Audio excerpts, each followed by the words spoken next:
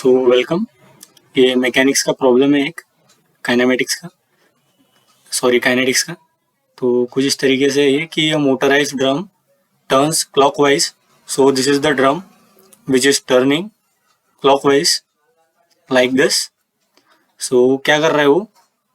Cable को इस direction में पुल कर रहा है, सो मास ऊपर की तरफ प्रेस कर रहा है, ठीक है। causing the vertical cable to have a constant velocity, this velocity is constant दिया है उन्होंने। and as a part of design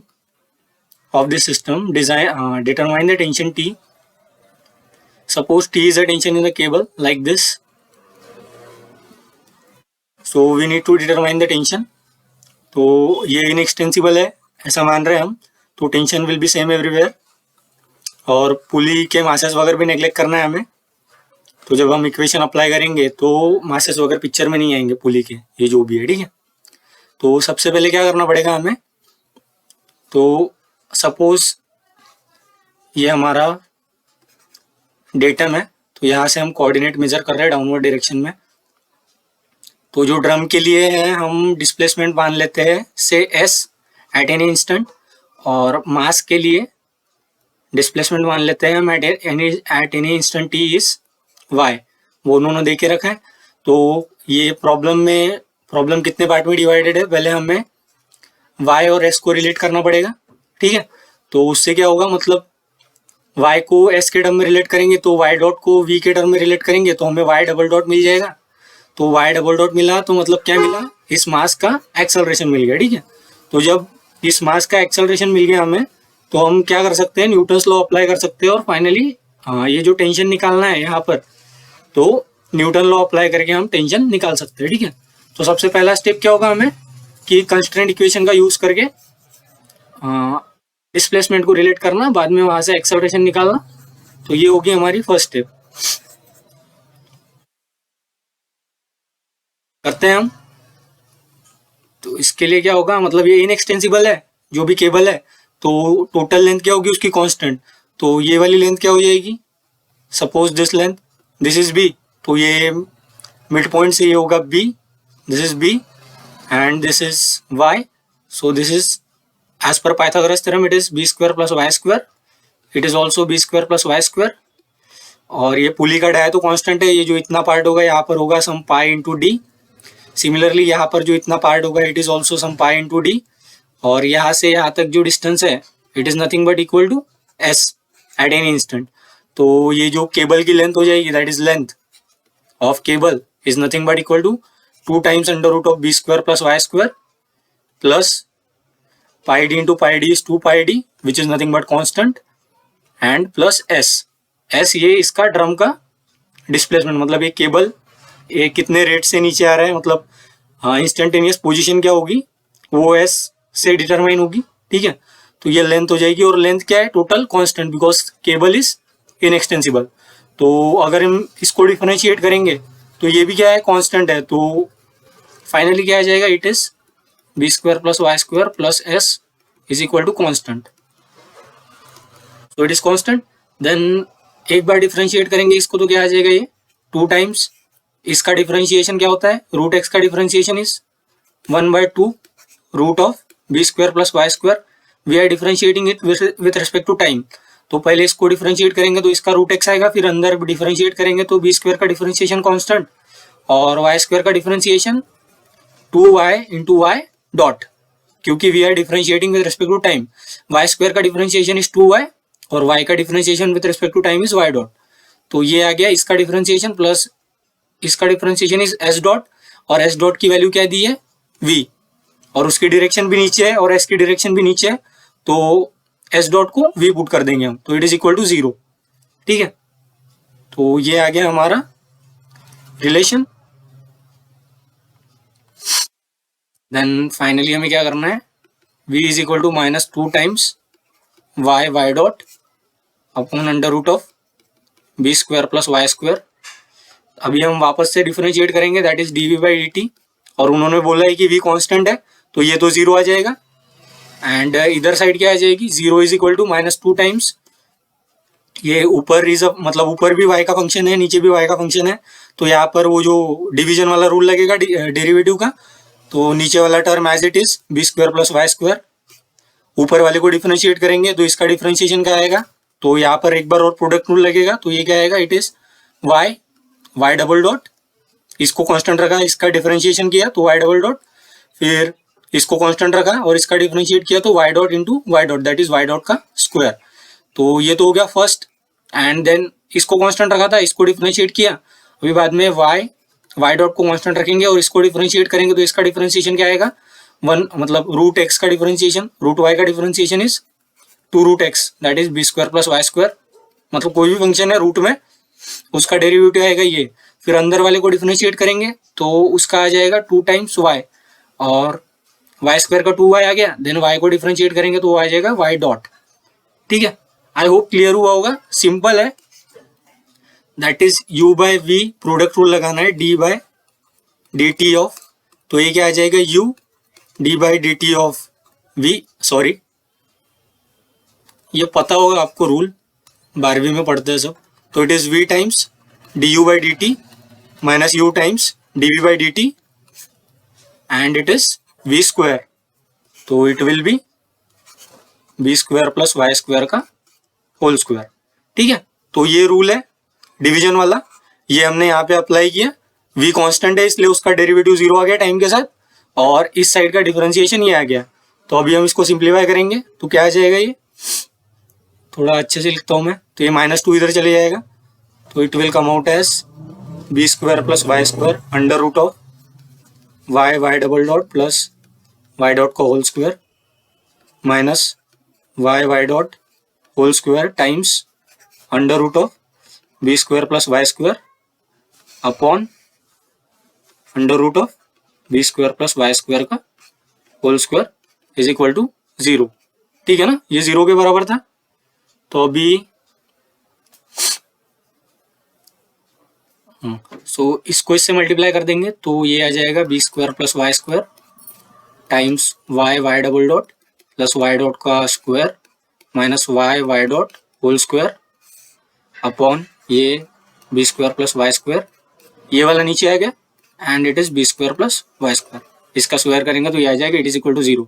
अभी ये वाली तो पॉजिटिव क्वांटिटी है क्योंकि b भी डिस्टेंस है, y भी डिस्टेंस है, और b तो 0 नहीं है, और y अगर 0 भी हो गया तो ये क्वांटिटी 0 नहीं हो सकती, तो इसको इधर लेके जाएंगे तो 0 multiplied by some finite is nothing but 0, तो इसको फाइनली सॉल्व करेंगे तो क्या आ जाएगा हमारा,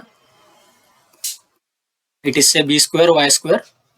and it is Y Y double dot plus Y dot square minus Y Y dot whole square is equal to 0। तो ये आ गया हमारा एक इक्वेशन। अभी इसको थोड़ा सा एक्सपांड करेंगे हम, तो ये हमारा आ गया B square plus Y square into Y Y double dot plus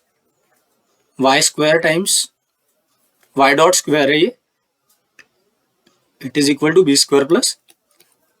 Y square minus Y Y dot whole square is equal to 0। तो अभी ये क्या हो गया, it is B square plus Y square and it is Y Y double dot plus इसको इससे multiply किया that is B square Y dot square and it is Y Y dot whole square, because Y square Y dot square is Y Y dot whole square minus Y Y dot whole square equal to 0। ये इसके साथ cancel हो जाएगा, तो हमारे पास क्या बचा finally, B square plus Y square Y Y dot plus B square Y dot square is equal to 0। तो हमने ऊपर वाई डॉट की भी वैल्यू निकाल के रखी थी, क्या आई थी हमारी वैल्यू, लेट मी सी, तो ये v का एक्सप्रेशन आया था हमारा, that is -2 Y Y dot upon B square plus Y square under root, तो v का एक्सप्रेशन आया था हमारा कुछ इस तरीके से, it is -2 Y Y dot under root of B square plus Y square. ठीक है, तो अभी यहाँ से वाई डॉट की वैल्यू क्या आ जाएगी, it is equal to -v under root of B square plus Y square, ये इधर गया, ठीक है, अपॉन 2 टाइम्स y, तो ये आ गया y डॉट का एक्सप्रेशन। तो अभी हमें क्या करना है, हम y डॉट पुट करेंगे यहाँ पर, तो it is B square plus Y square into Y Y dot plus B square, Y dot is nothing but let me सी,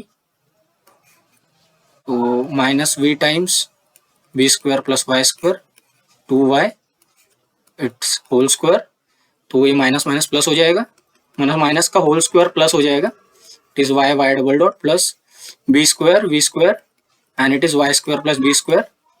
सारों का स्क्वायर करने के बाद so it is 4y square is equal to 0 and we know that y is not equal to 0, तो B square plus Y square,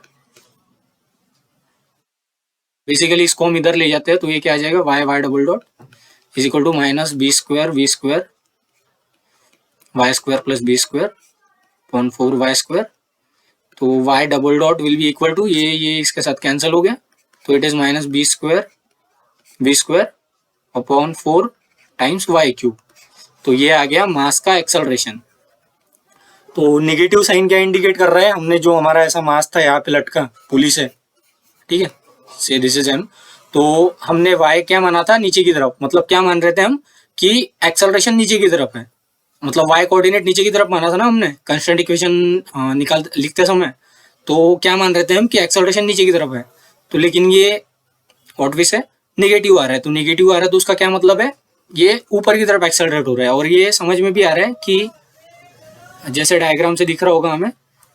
कि ये वाली रोप नीचे की तरफ मूव कर रही है, तो मास बेसिकली ऊपर की तरफ ही आने की कोशिश करेगा, ठीक है,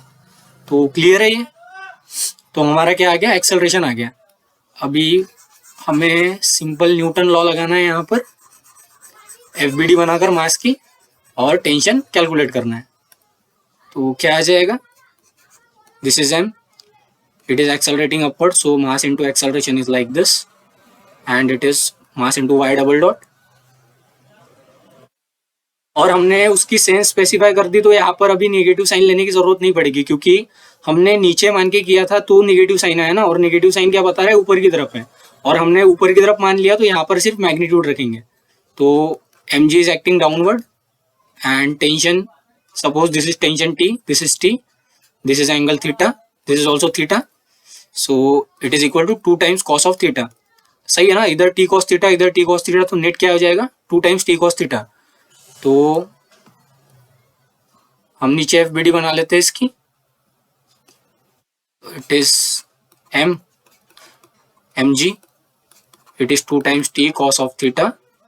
and accelerating upward with Y double dot, तो वाई डबल डॉट अपवर्ड मानेंगे, अपवर्ड ही है ना वो, तो ये नेगेटिव साइन डायरेक्शन बता रहा था कि वो ऊपर है, तो यहाँ पर कंसीडर करेंगे लिखते समय तो सिर्फ मैग्नीट्यूड लिखेंगे, ठीक है, आई होप समझ में आ रहा होगा आपको मैं क्या बोलने की कोशिश कर रहा हूँ, तो summation F Y is equal to M A Y that is 2t cos theta minus M G is equal to M Y double dot 2t cos theta is equal to M G plus Y double dot and t cos theta is equal to M by 2 G plus Y double dot, magnitude ही लेना है हमें क्योंकि हमने direction मान लिया है already ऊपर, मतलब जो करेक्ट है वो वाला डायरेक्शन ले लिया है, तो नेगेटिव साइन कंसीडर करने की जरूरत नहीं है, बिकॉज वो नीचे की तरफ कंसीडर किया था इसलिए नेगेटिव आ रहा था, हमने फ्री बॉडी डायग्राम बनाते समय वो ऑलरेडी ऊपर की तरफ एक्सेलरेट हो रहा है ऐसा मान लिया है, तो वही मान के चलना है हमें, तो कोसाइन थीटा क्या आ जाएगा, suppose this is theta, this is b, this is y, this is under root of b square plus y square, so cos of theta is equal to adjacent side by hypotenuse, so t will be equal to y by b square plus y square, m by 2 g plus b square v square by 4y cube, and t will come out as finally t की value आ जाएगी हमारी m by 2y under root of B square plus Y square G plus B square mu square by 4y cube, तो this is the final value of tension जो rope में होगी, और I hope clear हुआ होगा। जब constraint equation लगा रहे हैं हम तो हमें डायरेक्शन का बहुत अच्छे से ध्यान रखना है, मतलब जिस डायरेक्शन में कंस्ट्रेंट अप्लाई किए है, मतलब जिस डायरेक्शन में वो मोशन एज्यूम किया है तो उसी डायरेक्शन में फाइनल तक मानते चलना है, और अगर हम मतलब नीचे की तरफ पॉजिटिव डायरेक्शन मान के चलते तो ये वाई डबल डॉट जो नेगेटिव आया वैसा का वैसा ही रखना पड़ता, लेकिन हमने मतलब हमको फिजिकली पता चल गया ना, सिंपल था सिस्टम इसलिए कि वो रोप नीचे जा रही थी तो मास ऊपर जाएगा करके, तो मतलब ऊपर की तरफ एक्सेलरेट कर रहा है ऐसा हमने मान लिया। तो हमने सिर्फ यहाँ पर क्या किया, मैग्नीट्यूड पुट किया, ठीक है, मतलब वाई डायरेक्शन पॉजिटिव मान ली। और वो कंस्टेंट इक्वेशन से भी पता चल रहा है कि जो डायरेक्शन हमने मानी है उसके अपोजिट डायरेक्शन में आ रहा है। ये निगेटिव साइन का वो मतलब नहीं है कि मतलब ब्लॉक डिक्सेलरेट हो रहा है या कुछ हो रहा है। इसका सिर्फ इतना सा मतलब है कि हमने जिस डायरेक्शन में माना है एक्सेलरेशन उसके अपोजिट डायरेक्शन में आ रहा है, ठीक है। ये बार बार क्यों बोल रहा हूँ मैं, क्योंकि गलतियाँ यहीं पे होती है, मुझे पता है मेरी भी होती थी, इसलिए बता रहा हूँ मैं। सो आई होप क्लियर हुआ होगा एंड थैंक्स फॉर वॉचिंग।